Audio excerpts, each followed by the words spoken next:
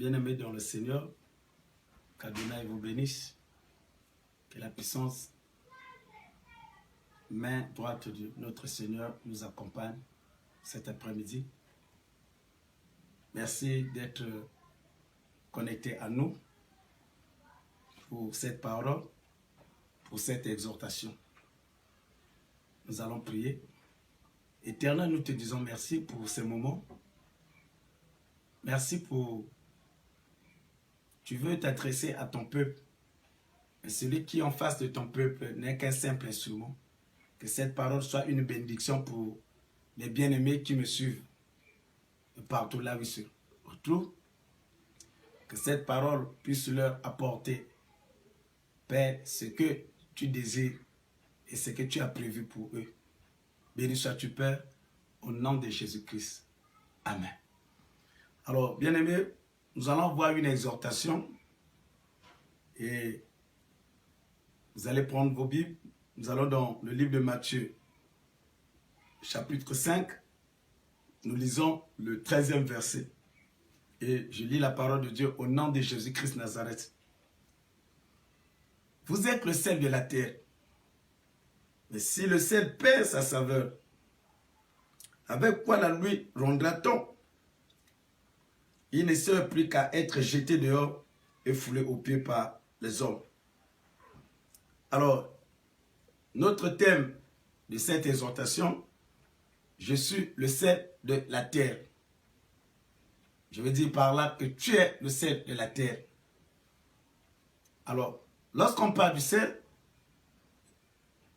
les Français nous disent que c'est une substance blanche, friable, soluble dans l'eau, d'un goût piquant. Bien-aimé, et on dit que c'est une substance qui est soluble dans l'eau. Nous comprenons là où il y a le sel. Ce qui fait du sel, le sel, c'est sa saveur. Le sel sans la saveur n'a pas de sens. Et lorsqu'on peut prendre quelques exemples terre à terre, une nourriture sans sel n'a pratiquement pas de goût. Donc c'est le sel qui donne à la nourriture le goût, un goût approprié. Bien-aimés, lorsque nous amorçons, nous parlons du sel. Le sel a beaucoup de vertus. Et j'insiste encore. Là où se trouve le sel ne passe pas inaperçu. Et lorsqu'on nous dit que c'est une substance blanche, soluble dans l'eau, un liquide comme de l'eau, lorsqu'on met du sel, ce liquide prend carrément le goût du sel. Et quand Jésus dit que vous êtes le sel de la terre, en tant que chrétien, là où tu es, ce milieu que tu vas fréquenter, doit obligatoirement prendre la coloration, prendre le goût de ta présence. Donc tu ne peux pas passer inaperçu. Alléluia. Partout où tu passes, tu laisses les traces. Bien-aimé, lorsqu'on voit la nature du sel, Paul nous dit que la nature ne vous enseigne-t-elle pas? Nous connaissons un poisson qu'on appelle le poisson salé. Et si ce poisson ne connaît pas la pourriture, bien-aimé, c'est à cause du sel. Nous comprenons parmi les vertus que nous donne le sel arrête toute pourriture. La Bible dit que le père de la pourriture, c'est Belzéboul. C'est lui le prince des mouches. Donc si le poisson salé ne connaît pas la pourriture, c'est à cause du sel. Oh, je dis à quelqu'un cet après-midi que tu es le sel de la terre. Et raison pour laquelle tout ce qui t'appartient ne doit pas connaître la pourriture au nom de Jésus-Christ Nazareth.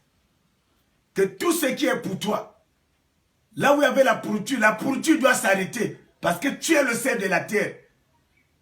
Le milieu que tu as, le milieu que tu vis, si c'est un milieu pollué, si c'est un milieu qui a connu de la pourriture, je décrète et je déclare au nom de Jésus-Christ que cette pourriture s'arrête au nom de Jésus-Christ.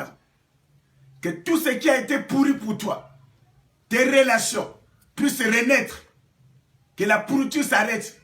Que la pourriture s'arrête au niveau de tes rêves. Toi qui ne fais que des mauvais rêves. Les rêves de mari de nuit, les rêves de femme de nuit, les rêves de la nourriture nocturne, les rêves où on sent qu'il y a la présence du prince de ce monde. Mais comme tu es le chef de la terre, je décrète au nom de Jésus-Christ que toute pourriture s'arrête au niveau de tes rêves, au nom de Jésus-Christ. Que toute pourriture s'arrête au niveau de tes visions. Que toute pourriture s'arrête au niveau de tes promesses.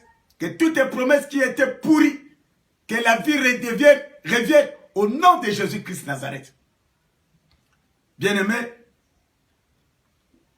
quand Jésus dit que tu es le sel de la terre, en tant que chrétien, sache-le que partout où tu passes, tu laisses la coloration, tu laisses les traces de ta présence. Et je me l'ai dit à quelqu'un cet après-midi. Je donne le nom. Quand on parle du sel, nous parlons de la saveur. Et je donne le nom de la saveur de ton sel, la réussite. Que partout où tu passes, étant le sel de la terre, que la réussite t'accompagne. Que la réussite affecte ta vie. Que la réussite t'accompagne dans toutes tes entreprises au nom de Jésus-Christ. Je donne encore à quelqu'un qui me suit de près. Je donne le nom de ta saveur. Que le succès, que tout ce que tu entreprends en tant que le sel de la terre, que le succès soit à tes côtés au nom de Jésus-Christ. Que le succès t'accompagne dans tous les domaines de ta vie. Tout ce que tu es en train d'entreprendre, que le succès soit avec toi au nom de Jésus-Christ. Je dis encore à quelqu'un, je donne le nom, au nom de Jésus-Christ, du goût, de la saveur de ton sel, la guérison. Et que là où il y avait la maladie, que la guérison soit affectée au nom de Jésus-Christ. Tu es le sel. Et je donne, comme je l'ai déclaré, le nom de la saveur que tu portes, la guérison. Que toute situation malade, que la guérison puisse affecter ta situation. Que la guérison puisse affecter là où est la maladie. Et le fait que le goût de la saveur de ton sel s'appelle la guérison, la maladie n'a plus le temps de te résister dans ton corps, dans ton âme, dans ton esprit, au nom de Jésus-Christ Nazareth. Que tes vertus, en tant que le sel de la terre, que cela te donne. Ta vie doit aller de l'avant. Qu'aucun esprit, aucun démon ne puisse entreprendre quoi que ce soit en toi. Dans le nom puissant de Jésus-Christ Nazareth. Bien-aimé, je le déclare, étant le sel de la terre, au nom puissant de Jésus-Christ, que le goût de la saveur que tu portes et que en toi, que la grandeur soit avec toi, que tout ce que tu puisses entreprendre, la grandeur t'accompagne. Le milieu que tu vas te retrouver. Puisque le sel, on nous a donné cette définition que parler du sel, c'est un liquide blanche, mais cette substance est soluble dans l'eau. Donc le milieu que tu te retrouves, partout où tu passes, que le gouffre qui est en toi soit le gouffre de la grandeur, le goût de la bénédiction. Et là où tu passes, là où tu atterris, là où tu mets tes pieds, là où ça ne tenait pas, là où il y avait des nœuds, là où il y avait des blocages, dans toutes tes entreprises, que la réussite soit déclenchée au nom puissant de Jésus-Christ. Bien-aimés, lorsque le Seigneur nous parle du sel, le Seigneur connaît les vertus du sel, que dans les prochains jours, nous allons essayer un peu de décortiquer, de parler de ces vertus élément par élément. Et tu comprendras dans le sens que je suis en train de t'exhorter. Quand Jésus dit que tu es le sel de la terre, écoute, tu es un homme, tu es une femme exceptionnelle. Bien-aimé, nous comprenons, nous avons pris l'exemple d'un poisson qu'on appelle le poisson salé. Et si aujourd'hui, le poisson salé peut durer, mettre beaucoup de temps, 1 mois, 2 mois, 3 mois, à cause, au niveau de sa présence, le sel qu'on a mis.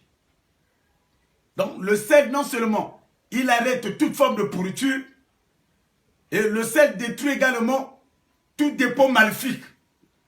Je le déclare au nom de Jésus-Christ Nazareth, étant le sel de la terre, sois le sel comme tu es le sel de la terre. Jésus nous a proclamé, nous les chrétiens, que nous sommes le sel de la terre.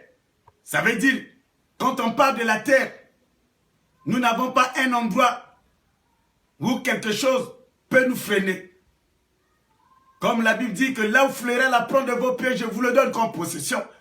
Étant le sel de la terre, partout tu vas mettre tes pieds, partout tu atterris, les commandes sont entre tes mains. Je le déclare au nom de Jésus-Christ Nazareth. Le sel qui, parmi ses vertus, qui détruit, qui arrête la pourriture, qui détruit toute mauvaise intrusion de l'ennemi. Et je le déclare au nom de Jésus-Christ Nazareth que tu es appelé à régner, tu es appelé à aller jusqu'au bout, tu es appelé devant Belzéboul. Il est resté et il va être inactif devant toi. Lui qui est le prince des mouches, qu'aucune mouche et ses actions ne pourra apporter la pourriture dans ta maison.